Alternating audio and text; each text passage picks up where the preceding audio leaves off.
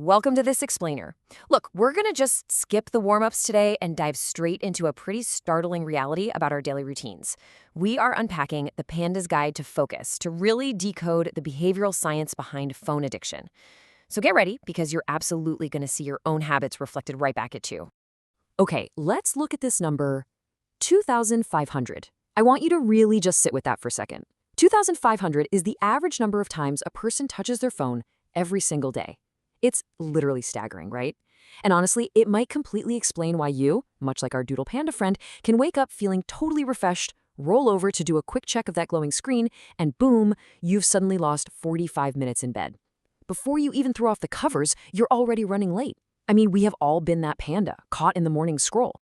And you know, that morning scroll feeds directly into this massive daily total, an average screen time of 7 hours. 7! It's a relatable, kind of humorous trap to watch our panda fall into, but those hours add up so fast. Whether the panda's eating, sitting in the bathroom, or supposed to be actually hanging out with friends, those hours just silently disappear into endless scrolling.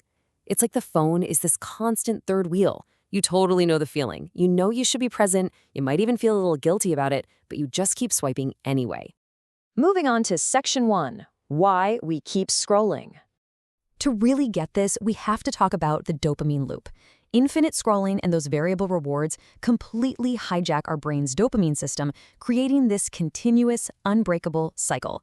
Every time our panda swipes down to refresh a feed, they have no idea what they're going to get. Maybe a funny video, maybe a boring ad, or hey, maybe a message from a friend. That unpredictability makes every single swipe feel exactly like pulling the lever on a slot machine. Your brain dumps dopamine just in anticipation of the reward, and that is what locks you straight into the loop. Looking at that mechanism, you kind of have to ask yourself, why are we wired this way? Why does FOMO, that fear of missing out, and constant notifications hold so much power over us? Well, the truth is, it's just evolution. Our brains naturally, fundamentally crave new information and social connection to survive. It's literally how we're built.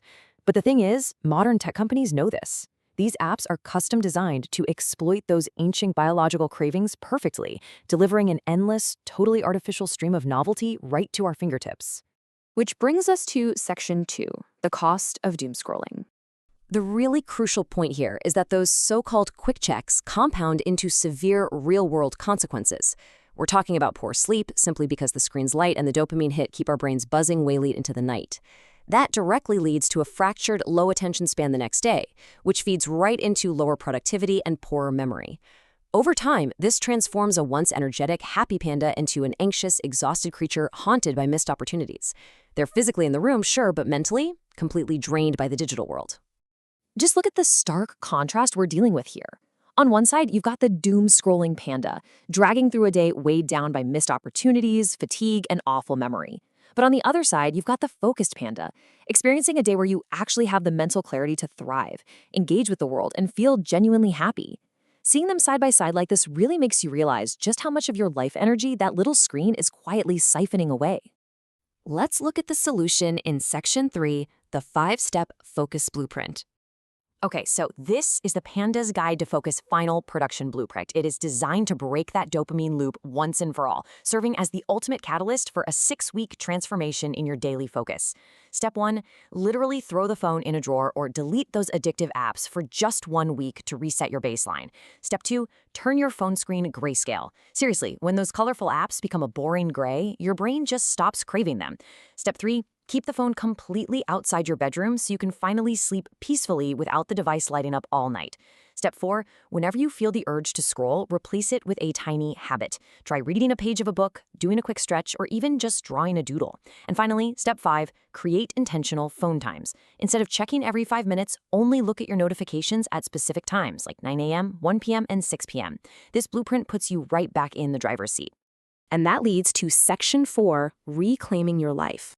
Let's fast forward 1 year and look at the split timeline of 2 entirely different choices. The results are basically night and day.